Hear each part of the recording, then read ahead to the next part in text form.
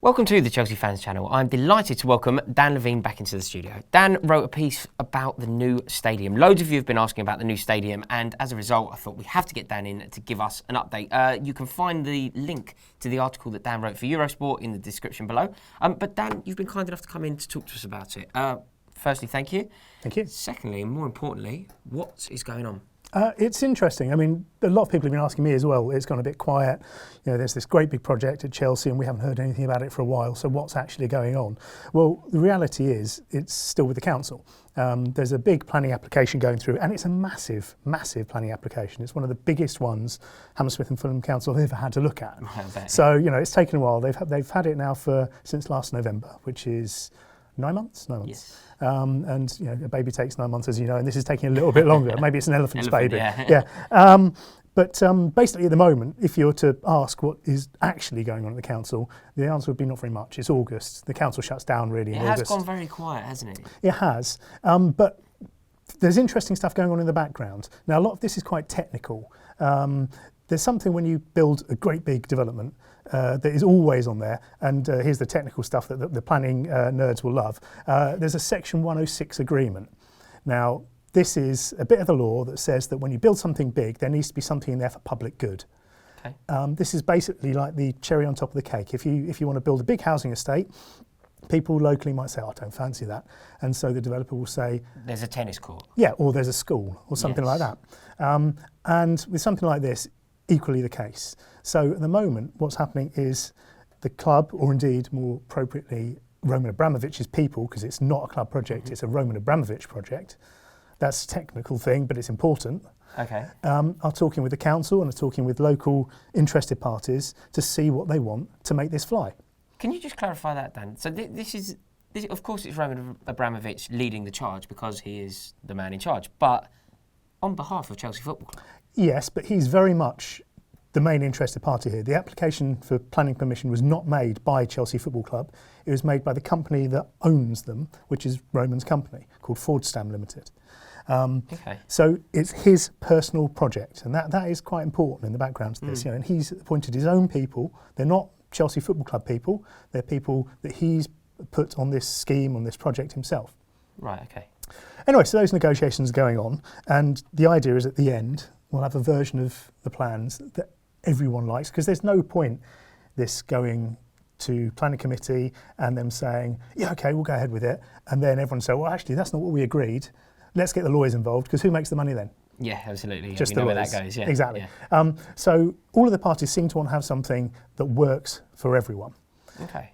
So the momentum has definitely died there, because I remember, you know, it wasn't that long ago that we did a video where we were down and we were looking at the plans. They had a nice sort of little room opened up with lovely little, mini stadiums for us to approve and look at, and the club seemed to be really going forward, and the wheel was turning.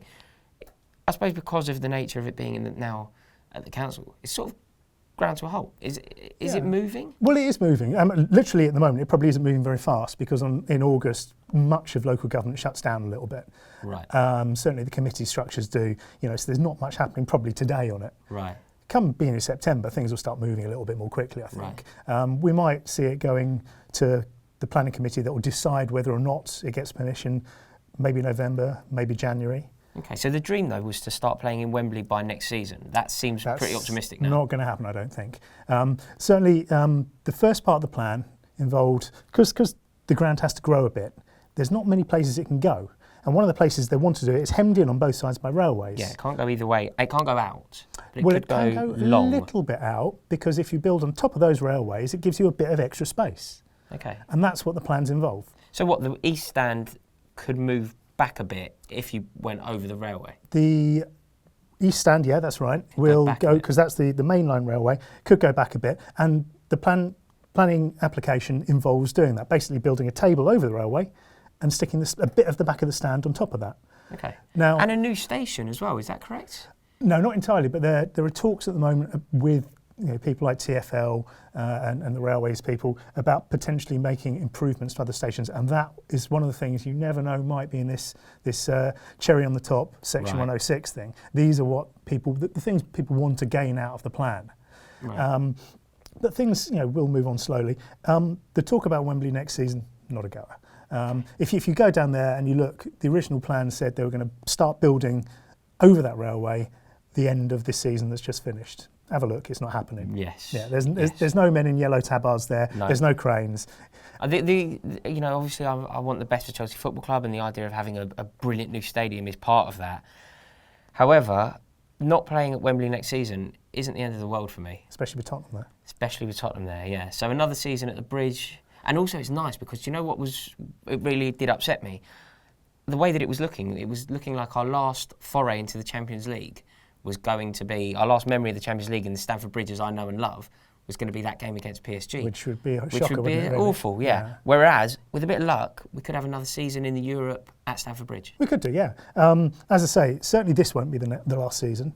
There's some debate at the moment whether or not next season will be the last season.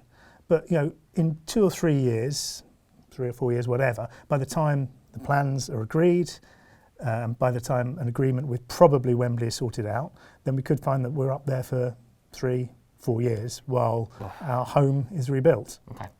Okay. Do you think, do you remember when, in fact I think I bumped into you there, do you remember when we went to look at the stadium as it was on those, kind of little sort of Sabutio style things? Is that to stay? Do you feel like there could be any developments on that, or is that set in concrete? It looks like that's the master plan, the great vision for everything. I don't think that is going to change. There's a lot of little tweaks here and there. People who work in planning law and people object to planning things. There's all sorts of things. They'll say, "Oh, actually, this part of the stadium might be a few inches too high. This bit of walkway here has got the wrong decking on it. It'll be too noisy for people who live next door to it." And those are the things that they'll tweak. Little things that you and I and probably people watching will think, "Well, so what?" Yeah, really? Get a grip, mate. Yeah. You live in Fulham, you're doing all right. Don't worry about the decking. These things are important to some people, and they need to be done right so everyone's happy. Right.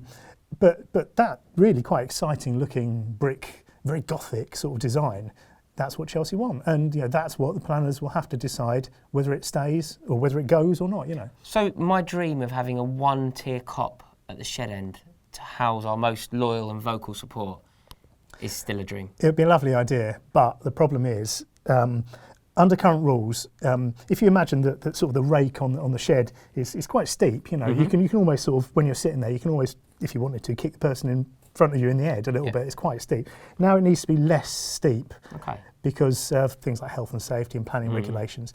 So if you think about that, if you had one long rake, it'd have someone at the back's going to go be miles away. So far back. You'd practically be the other side of Chelsea and Westminster Hospital. Yeah.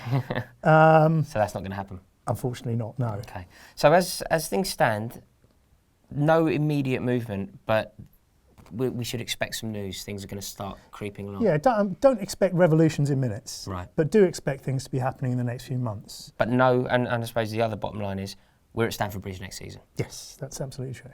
Brilliant. Dan, thank you so much for coming in. And guys, let us know, what do you think about this new stadium? Comment below, let us know what you think. And we'll see you on the next one. Go on, you Blues. Yes. What's happening, people? My name is Mo Gilligan. You're watching Chelsea Fan TV. Now, these are my top 10 funny moments of the last Premier League weekend.